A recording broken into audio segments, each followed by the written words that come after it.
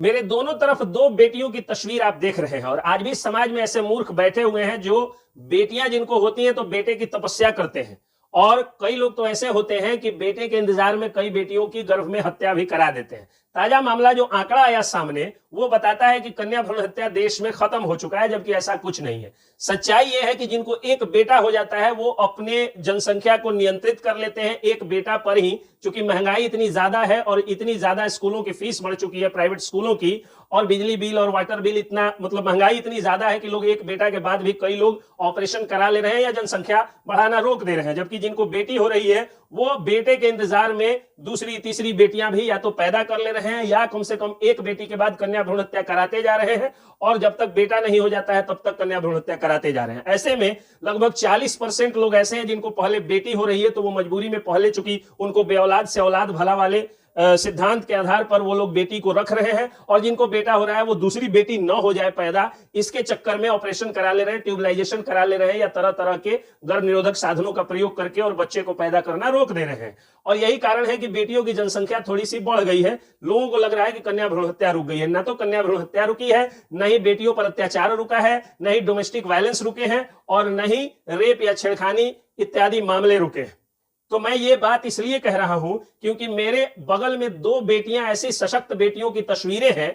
एक तो जब भी बेटा पैदा करना होता है और किसी को बेटी है, एक बेटी हो गई और वो चाहता है कि हाँ उस पर ही रोक दिया जाए जनसंख्या, या दो बेटी हो गई अगर वो चाहता है कि जनसंख्या रोक दिया जाए, तो लोग तर्क देते हैं कि बेटा मुखाग्नि देता है। तो मेरे इस तरफ जो तस्वीर आप देख रहे हैं वो बिहार की एक फेमस नेत्री और बिहार की एक फेमस बेटी पुष्पम प्रिया चौधरी की तस्वीर आप देख रहे हैं। पुष्पम प्रिया चौधरी के पिताजी का जब देहांत होता है तो वो आती हैं, न सिर्फ मुखाग्नि देती हैं, अगले दिन अस्थि भी जो है वो बटोरने जाती है। हम लोगों के यहाँ उसको पूला बुताना कहा जाता है।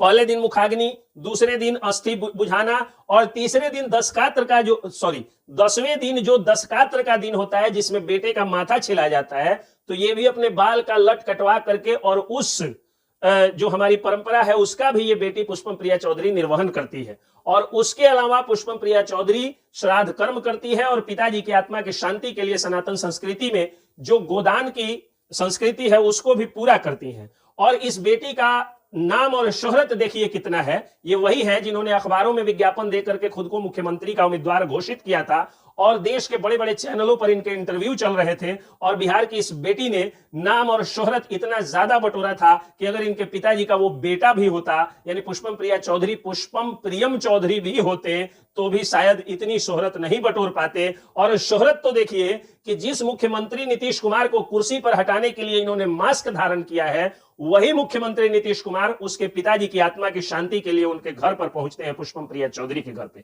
तो एक सशक्त बेटी, ये जो लोग ये कहते हैं कि बेटा नाम करेगा, देख ले कि पुष्पम प्रिया चौधरी से ज्यादा नाम नहीं करेगा। जो लोग कहते हैं बेटा मुखाग्नि देगा, देख ले कि पुष्पम प्रिया चौधरी भी मुखाग्नि देती है। जो लोग कहते हैं कि बेटा बाल छिलवाएगा या मूछ छिलवाएगा, अब तो हम लोग मूछ जो है वो पिताजी के जिंदगी में ही छिलवाते हैं, क्योंकि ये सब बकवास चीजों का अब टाइम नहीं रहा लोगों के पास। तो जो लोगों को लगता है कि बेटा माथा का बाल छिलवाएगा, वो देख ले कि बेटी भी बाल कटवा करके अपने पिता के प्रति श्रद्धांजलि अर्पित करती है।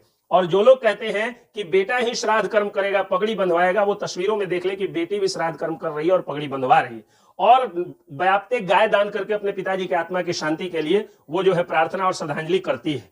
और इतना ही नहीं कि बल्कि बिहार के सबसे मजबूत नेता यानी बिहार के मुख्यमंत्री नीतीश कुमार तक को अपने घर पर आने को ये बेटी मजबूर कर देती है। ये इस बेटी का जलवा है।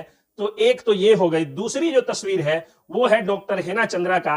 डॉक्टर हेना चंद्रा बिहार के गया में पैदा हुई वो बेटी जो मोतिहारी चंपारण की बहू बनती है, और चंपारण की बहू होने के बाद में वो कम ही दिनों में नाम शोहरत के बुलंदियों पर पहुंच जाती है भारतीय जनता पार्टी की। वो एक ऐसी नेता बनती है कि जिनको पूरे प्रदेश में भाजपा जो पार्टी है, भाजपा में सबसे ज्यादा देखी जाने वाली वो नेत्री बन जाती है। डिजिटल मीडिया पर या किसी भी मीडिया पर सबसे ज्यादा अगर व्यूअर और लाइक और शेयर अगर आप देखिएगा तो डॉक्टर हिना चंद्रा को ही मिलता है। डॉक्टर के रूप में काफी प्रख्यात हो जाती हैं।